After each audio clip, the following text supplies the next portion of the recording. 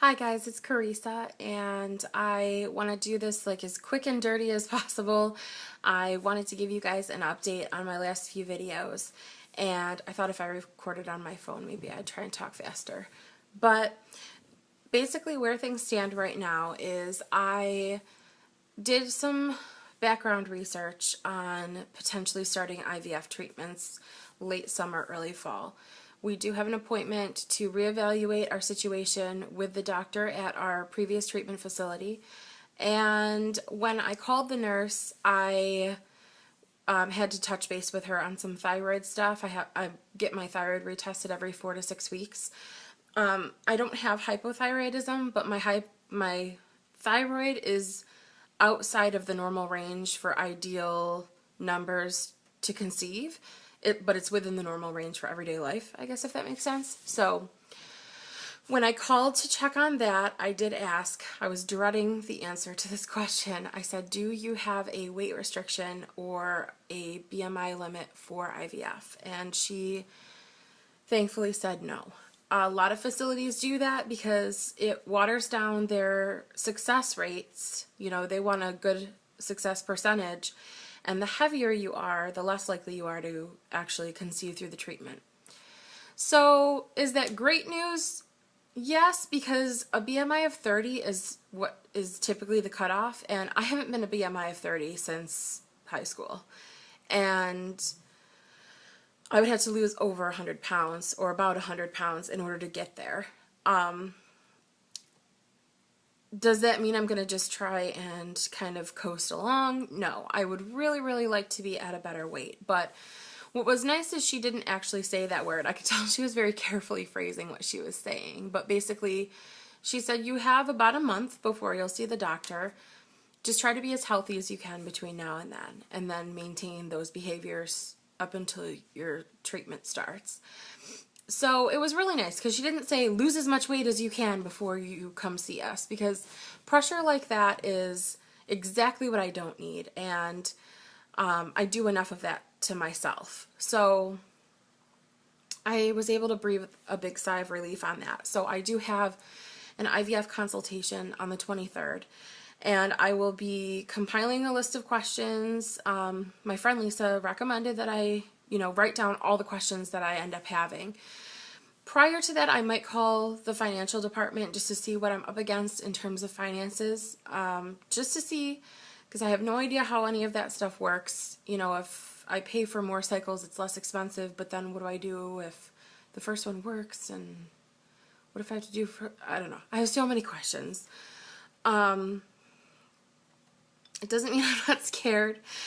I have really bad anxiety, and I just feel like I'm so unhealthy, and I am just going to die. They're going to go in for a retrieval, and I'm just going to die. So, I know that that's really rare, and I know that that's not something that I need to let myself get caught up on or hung up on, but so am I excited? Yes, but it still doesn't feel real, all of it, and I really just want to get to as good a place as possible in that short period of time.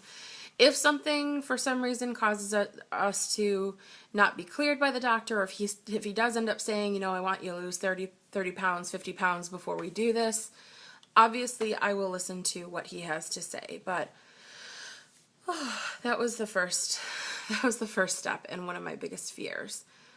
In terms of what's been going on before that, I had made some pretty drastic, or at least they felt drastic to me, changes to proactively help myself get to a good place so that I could start to lose weight and start to get healthier in order to conceive. It all started a couple of weeks ago. I'm trying first and foremost to just relax. I'm trying to not stress out, not be so hard on myself, because I really, really am. And all I do is set myself up for failure, disappointment, depression. It's an awful cycle, and I just keep going through it. So what I did was I became a member at a new gym, and that might seem like a big deal. Anybody can sign up for a gym membership, but I did it for me, and it's a secret. I haven't told anybody in my life, and I know that's weird, but I want to do it for me. I don't want anybody to want to be my exercise buddy or anything like that. I want to go on my terms when I want to go, do the things I want to do, and do it for me.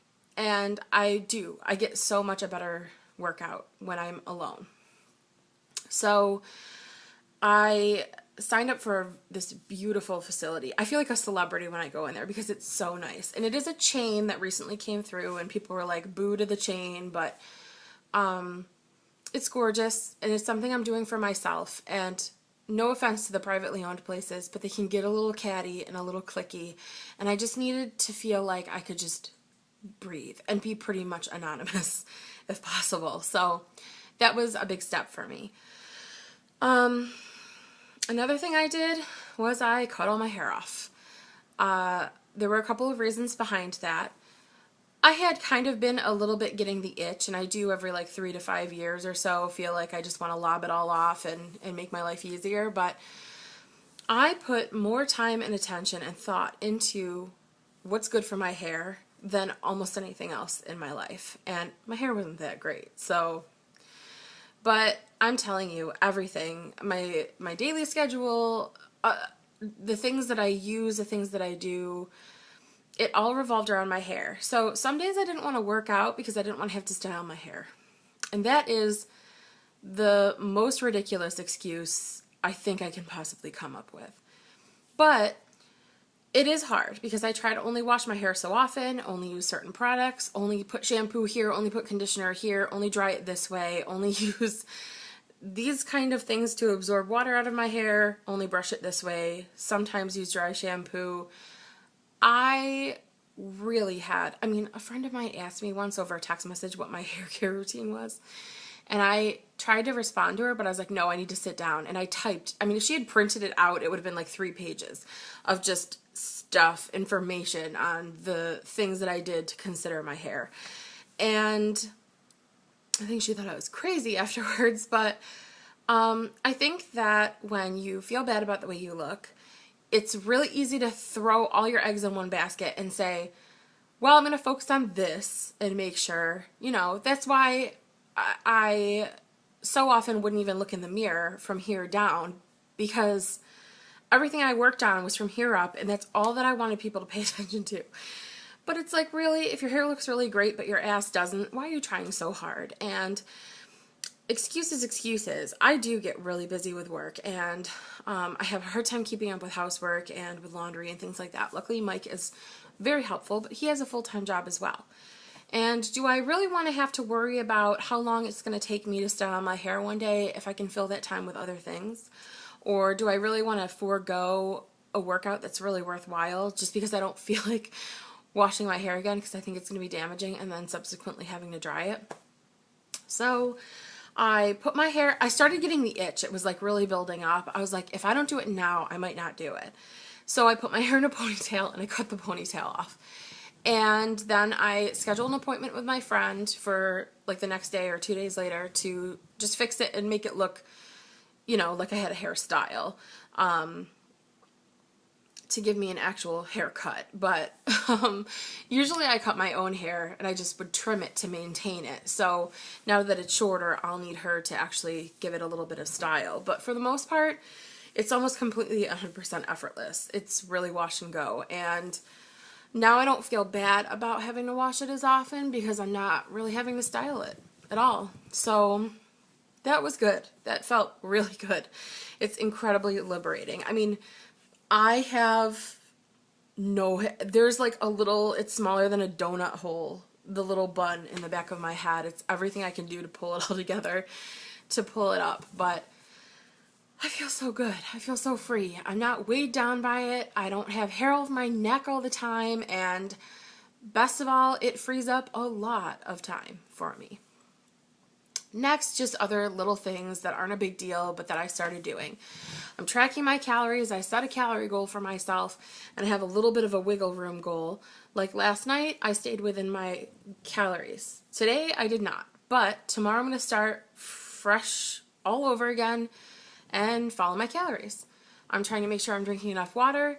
I'm not restricting myself too much in terms of food groups. I am trying to stay away from, like breads and wheat, gluten, sugar, things like white processed carbs that people in general shouldn't have, but people with insulin resistance really shouldn't have. So I am trying to stay away from those things, but if I do eat something that falls into that category, I'm not going to hate myself all night for it because that's just not productive.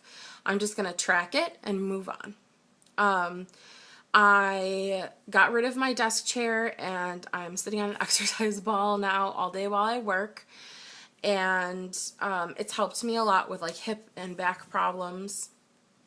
I'm trying really hard, although it's not going so well, to come up with a proper sleep schedule. So I'm trying to make sure I get enough hours of sleep in the day, and now I'm working on when that happens.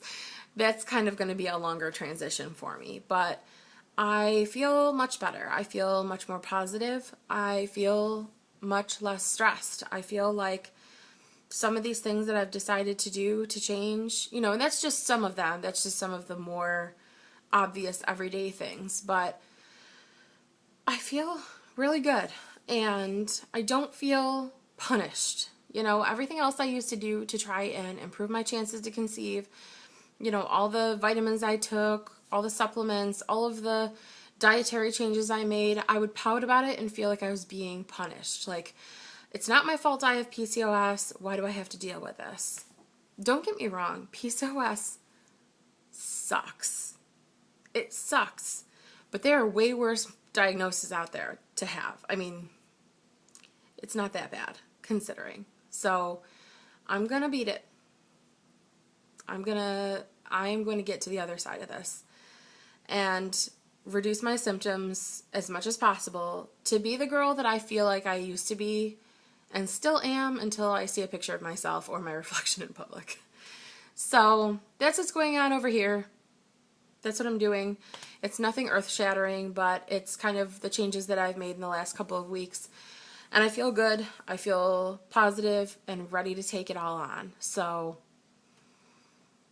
that's what's going on over here. I think I said that like 3 times already. I love you guys. Thank you for your messages. You mean the world to me. I hope you know that.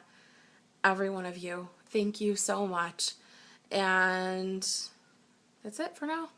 I will update you soon when I have something to update. Have a good night. Bye.